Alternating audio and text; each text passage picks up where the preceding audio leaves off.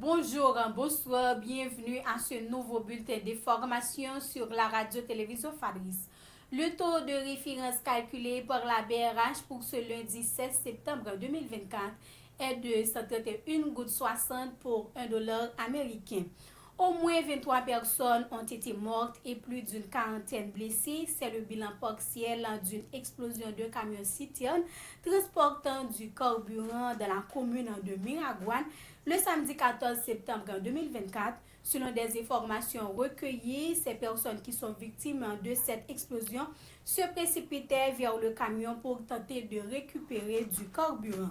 Drame à Miragouane, le Premier ministre Dr Gary Coney s'est rendu dans la ville de Miragouane tout de suite après l'explosion du camion de citerne en vue d'apporter main forte aux personnes victimes.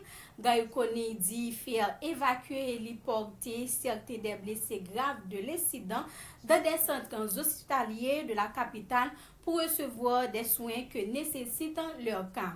À travers une note publiée sur ses pages réseaux sociaux hier dimanche 15 septembre 2024, le ministère de la Santé publique et de la population MSPP a informé que ces différentes directions sont entièrement mobilisées en vue d'apporter un soutien nécessaire aux personnes victimes de l'explosion du camion citerne de carburant. Selon le MSPP, 4 structures de santé sont activement impliquées dans la prise en charge de 53 victimes admises à ces institutions sanitaires et aux ambulances assurent le transport et transfert interhospitalier des patients nécessitant des soins particuliers. L'opération d'évacuation des personnes blessées a été menée avec succès en dépit des nombreux défis logistiques et sécuritaires, a fait savoir le MSPP.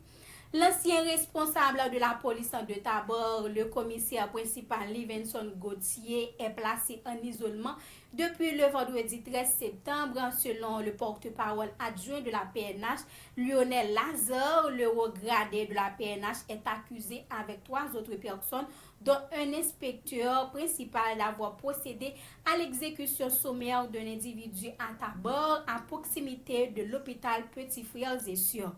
La ministre des Affaires étrangères Dominique Dupuis, accompagnée de son directeur de cabinet Richardson Doxey, a rencontré le vendredi 13 septembre dernier à Londres la sous-secrétaire d'État au Foreign Office, Baron Jenny Chapman.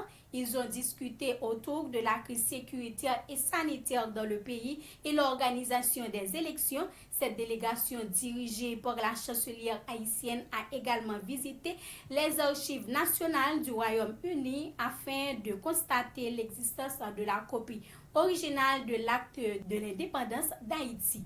À l'échelle internationale, 2 mois après avoir échappé d'une tentative d'assassinat lors d'une campagne présidentielle à Pennsylvanie, l'ancien président américain et candidat à la Maison-Blanche, Donald Trump, est de nouveau retrouvé au cœur d'une fusillade hier dimanche 15 septembre pendant qu'il se trouvait près de son club de golf chez lui à West Palm Beach en Floride. Le FBI dit avoir enquêté sur une tentative d'assassinat présumée. Un suspect a été appréhendé.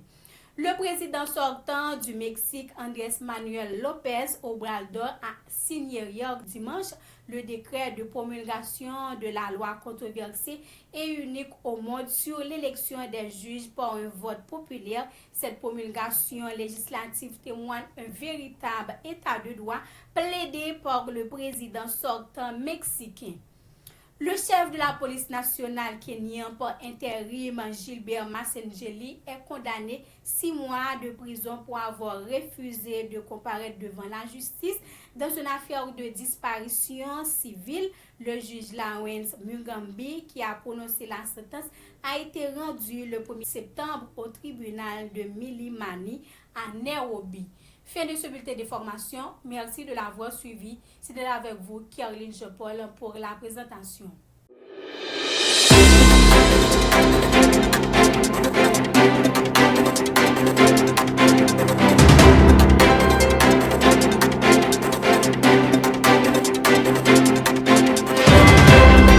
Breaking news, new video coming out soon and it's 9 days away.